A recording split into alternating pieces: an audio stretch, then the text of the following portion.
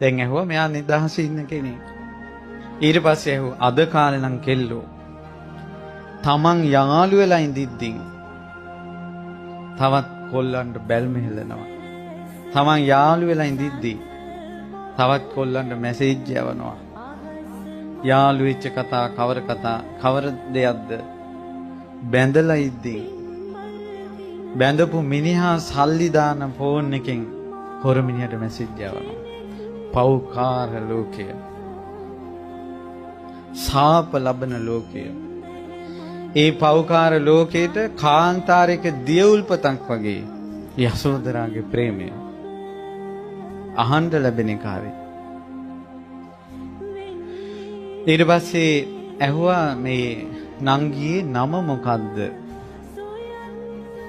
ඊට පස්සේ ඒ කෙල්ල උත්තර දෙනවා. මේ ලෝකේ යම් කෙනෙක් එවැනි තත්වයකට පත් වෙන්නේ නැත්නම් ඒක තමයි මගේ නම. ප්‍රඥාවෙන් ආදරේ බබලවන්නේ. ඒ දේ විස්තරේ තියෙනවා. ඒ කෙල්ලටත් මහෞෂධ පඬිතුමා දුටු ගමම හිත ගියා කියලා. මේ ලෝකේ කෙනෙක් පත් නොවන දේ තමයි අමරණීය ස්වභාවයට. ඇහුවා අමරාද? අද කාලේ නම ඇහුවා නම් මේ වාසගමත් එක කියන්නේ. අහවල් මුන්දිහාන්සේගේ අහවල් කිරියතන. ඊට පස්සේ ඇහුවා මේ කැඳ ගෙනියන්නේ කොහෙටද? කැඳ වාදනේ තියෙනවා. කුල දෙටුවට කිව්වා. අද කෙල්ලෙක්ගෙන් අහලා බලන්න ඕන. කුල දෙටුවා කියන්නේ කවුද කියලා. ඊට පස්සේ කිව්වා කුල දෙටුවා කියන්නේ අම්මයි තාත්තයි. තාත්තටද කැඳ ගෙනියන්නේ? ඔව් කිව්වා. තාත්තා මොකද කරන්නේ ඇහුවා. 1 2ක් කරනවා කිව්වා. ඊට පස්සේ කිව්වා 1 2ක් කරනවා කියන්නේ සීසානයකට හීහනවද ඇහුවා. ඔව් කිව්වා. කොහෙද තාත්තා වැඩ කරන්නේ කිව්වා. කවුරු හරි යම් තැනකට ගියොත් ආයේ ඉන්නේ නැත්තම් එතන තමයි වැඩ කරන්නේ කියලා කිව්වා. කොහෙද? සොහොන ළඟ කුඹුර තියෙන්නේ. ඔයාද ගිහිල්ලා එනවද කියලා ඇහුවා. ආවොත් එන්නේ නාවොත් එනවා කිව්වා. මහෞෂධ පඬිතුමා කියනවා ගඟකින් එතර වෙන්න තියනවාද? ගඟේ වතුර වැඩි වුණොත් එන්නේ.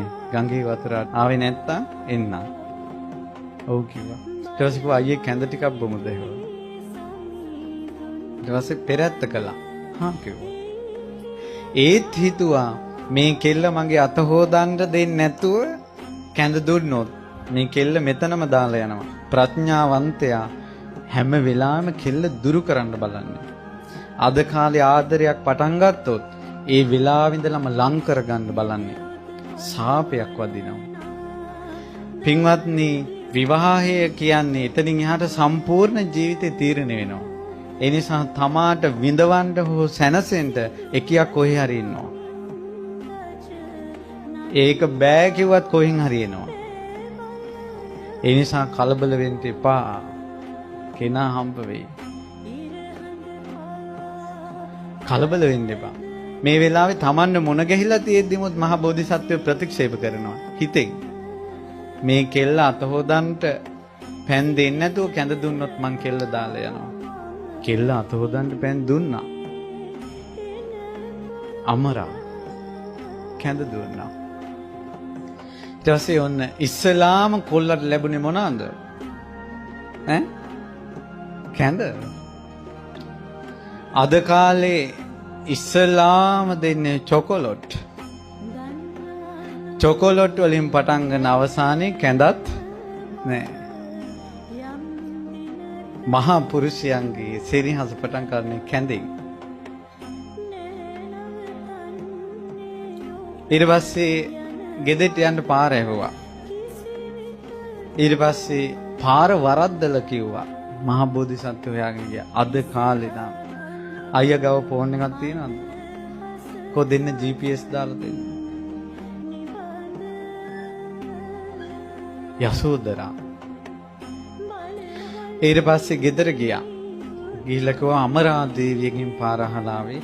ඒතර තරුණ කොල්ලෙක් නිසා හිතුණා අම්මලාට මොකක් හරි ප්‍රශ්නයක්. කිව්වා මම රෙදි මහන්න දන්නවා. අපි ගාව සල්ලි ඕනේ නැහැ කිව්වා. රෙදි විනාඩි 5න් 10න් මැහුවා. ශිල්පේ පිහිටලා තියෙන්නේ.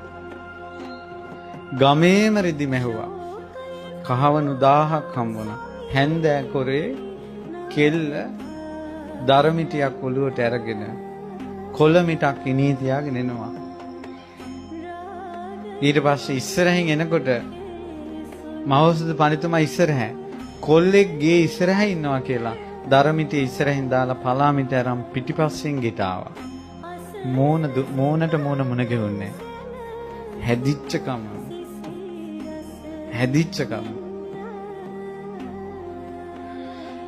ඊට පස්සේ දවස් 2-3ක් ඉඳලා මහ බෝධිසත්වයන්ට හිතුණා දැන් මහ බෝධිසත්වය එළිය පිළිකන්න ඉන්නවා. රෙදි මහනවා. අමරා දේවි කෑම කියලා දෙනවා ඉස්සරහට එන්නේ නැහැ. තවම ඇහැට මුනිච්චුත් නැහැ. චෙක් කරන්න ඕන කියලා හිතුණා. කියලා හාල් හුණ්ඩුවක් අරන් අමරා දේවිට කතා කරලා කිව්වා මේ නංගියේ මේ හාල් හුණ්ඩුවේ මට බතුත් ඕන. කැඳත් ඕන. කැවුනුත් ඕන. අද කාලේ වගේ ප්‍රශ්න නැහැ. ඕකෙන් කොහොමද බං ඕවා කරන්නේ? එහෙම නැහැ. කිස්ස පාත් කරලා ගත්තා. හාල් ටික පෙළුවා. ඒකට ගමේ කියන වචනේ හාල් කූ කරනවා කියලා. හාල් ටික පෙළුවා. පොලන්නේ මොකෙන්ද? යාන්තම් ඇති මතක හිටියා. කුල්ලේ කෙලවරට ඉතුරු වුණා යටින්ම කුල්ලේ. මොනවද? ඌසල් හරිහාල්. මැදට කඩහාල් සුන්සහල් වැටෙනවා. හොඳ හාලෙන් බතුත් කඩහාලෙන් කැඳත් සුන්සාලෙන් කැවුම් ගෙඩි 2-3කුත් හැදුවා. කැඳ ටික දුන්නා. ඉස්සලම් බත් දුන්නා. බත් ඇටයක් දිවේ තිබ්බ පමණින් පිනා ගියා. පෙන්වේ නැහැ. මේ බතක් හොයා ගන්න තේරෙන්නේ නැද්ද? අනේ අයියේ කැඳ ටිකක් එනම් බොන්න. කැඳ බිව්වා. රසනහර පිනා ගියා. පෙන්වේ නැහැ. මගේ වස්තුව කෑවා. අද කාලේ නම් මෙලෝ රහක් නැති තේ එකක් හදලා දෙනවා කෙල්ල. ඊට පස්සේ දැන් හදලා දුන්නේ ඉස්සල්ලාමනේ. මූණ මේ දැන් බොණ්ඩත් බෑ. අහනවා මේ ඔයාද හැදුවේ? ෂෝක් තේක. අපේ අම්මටවත් බෑ මේව හදන්න. අම්මත් පාවලා දුන්නා. අසත්පුරුෂයෝ. කොහෙවත් යන ගෑණි කුස්සලා තියන්න. කොහොමද මහ බෝධිසත්වයෝ? එන කැවුමක් කන්න කිව්වා. කැවුම් ගෙඩිය කෑවා. රස නහර පිනයන වීසි කළා. මගේ වස්තුව ඔබ විනාශ කළා. බත් ටික අරන් කැඳ එකට දැම්මා. කැවුම් පොඩි කරලා කැඳ එකට දැම්මා. උණු වතුර ටිකක් දැම්මා. පොඩි කළා. හිටගනින් කිව්වා මෙතන. රන් රුවක් වගේ ඒ බිම්බා දේවිය අමරා හිටගත්තා. පළවෙනි වතාවට අර කැඳ ටික අරන් මූණේ ගෑවා. එදා තමයි ඇඟ ස්පර්ශ කළේ. රාග හිතකින් නෙවෙයි. කැඳ ටික ඔක්කොම මූණේ ගෑවා. අත්වල ගෑවා. හිටපිය කිව්වා වුයි. මූණේ වෙනසක්වත් නැහැ. අද කාලේ උදේටත් කෝල් කරනවා. දවල්ටත් කෝල් කරනවා. හැන්දෑවටත් කෝල් කරනවා. රෑ 12ටත් කෝල් කරනවා. එක කෝල් එකක් මිස් වුණොත් දෙස් තියෙනවා.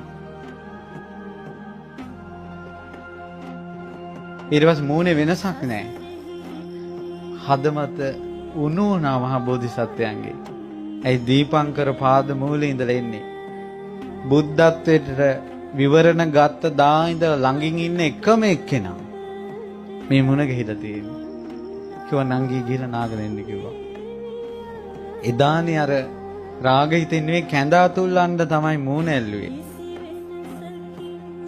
අද කාලේ රහසක් තියෙනවා. පෞල් කඩා කප්පල් වීමේ රහස. පෝරුවේ නගින්න කලින් කසාද බඳින්න කලින් පිරිසිදුකම නැති කර ගැනීම. පෞල් කඩා කප්පල් වීමේ රහස.